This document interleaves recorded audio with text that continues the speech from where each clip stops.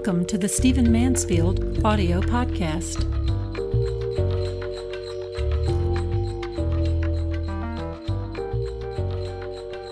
Beverly and I have just returned from the Middle East. We were largely in the nation of Turkey.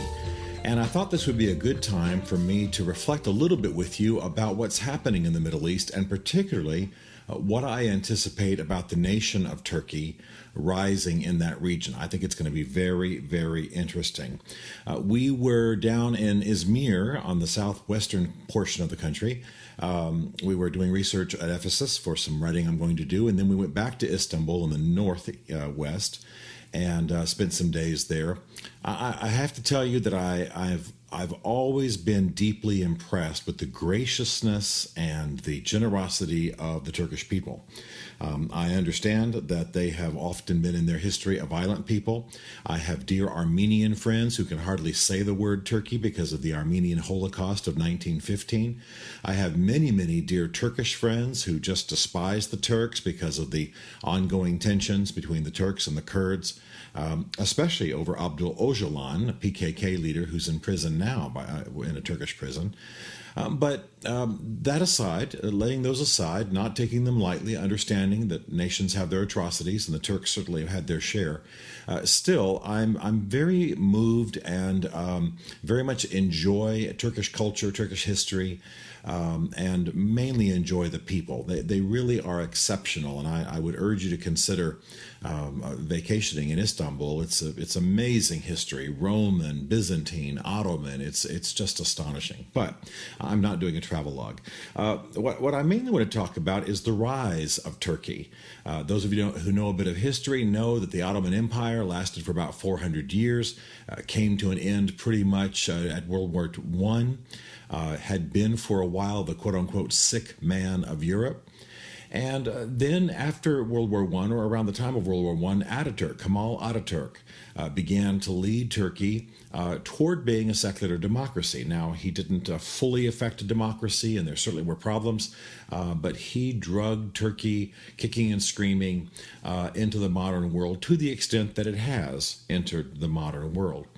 I think what's important is that now that we're on the other side of America's several wars in the Middle East, with Iran, Afghanistan, and so on, it's time to look at the Middle East and see what we expect will happen, where things are likely going.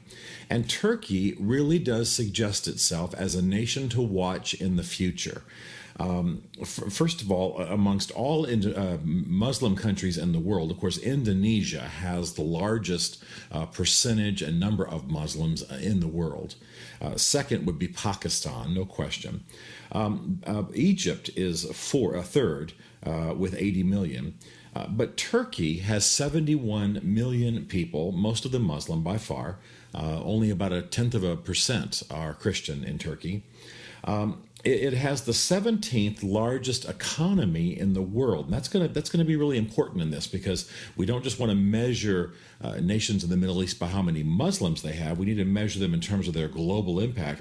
And so, though Turkey is the fourth most Muslim-heavy country in the world, it's the 17th largest economy, while Egypt is the 52nd largest economy, and Iran is the 29th largest economy. So when you start considering Turkey from an economic perspective, it's pretty amazing. Besides that, it has the most modern economy in the Middle East.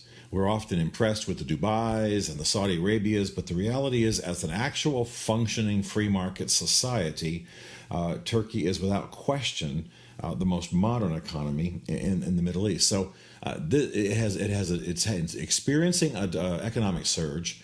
It's large, it's diverse, all the pieces are there for a tremendous rise, and it's by far the largest economy and by far more stable than other countries in the world. Now, it does have a very strong Islamic movement. Its current president is moving the country in very much an Islamist perspective, and very interested in strengthening Islam in the country. But there are some things to consider. One thing you want to consider is that when I was there, almost every American said they felt unbelievably safe, far more safe than they did in the United States. I asked a scholar who was over there, we were visiting, if Bev and I would be safe to walk around a dark area as we went kind of from our hotel, maybe a mile, into a lovely little stretch of restaurants and so on along a waterfront. And he said, "This is Turkey. Absolutely no problem. Nobody will bother you." Now, I'm sure that was overstated. I get news from Istanbul, and I know there are killings and hassles with Armenians and gypsies and so on. And just recently, an American woman disappeared.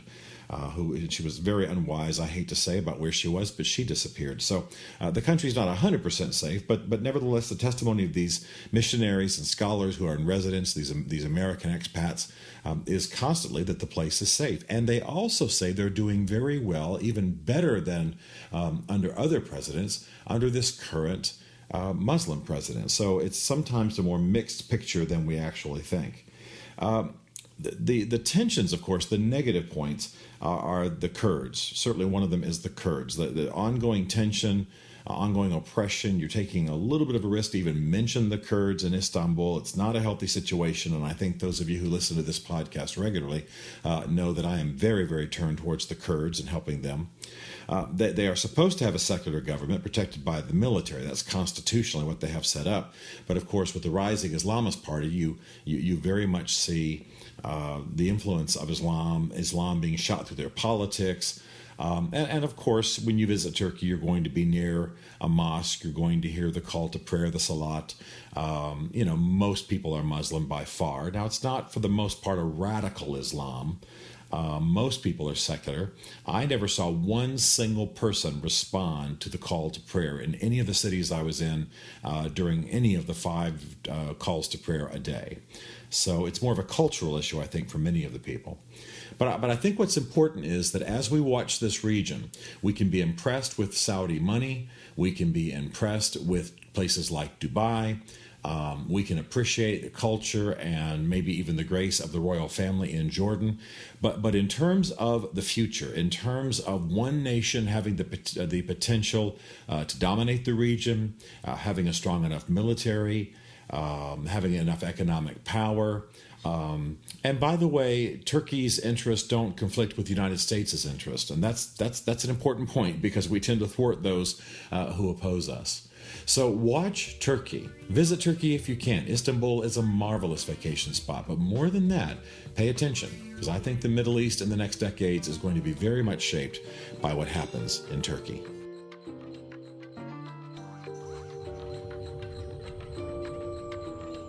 Stephen Mansfield is a New York Times best-selling author, a popular speaker, a frequent faith and culture commentator on Fox and CNN, and a blogger for a number of leading online news services. His groundbreaking books on faith and American society include The Faith of George W. Bush, The Faith of Barack Obama, The Mormonizing of America, and the soon-to-be-released Lincoln's Battle with God. You can learn more about Stephen at www.mansfieldgroup.com and connect with him on Facebook and on Twitter under the name Mansfield Writes. The Stephen Mansfield podcast is produced by Isaac Darnell for Chartwell Literary Group.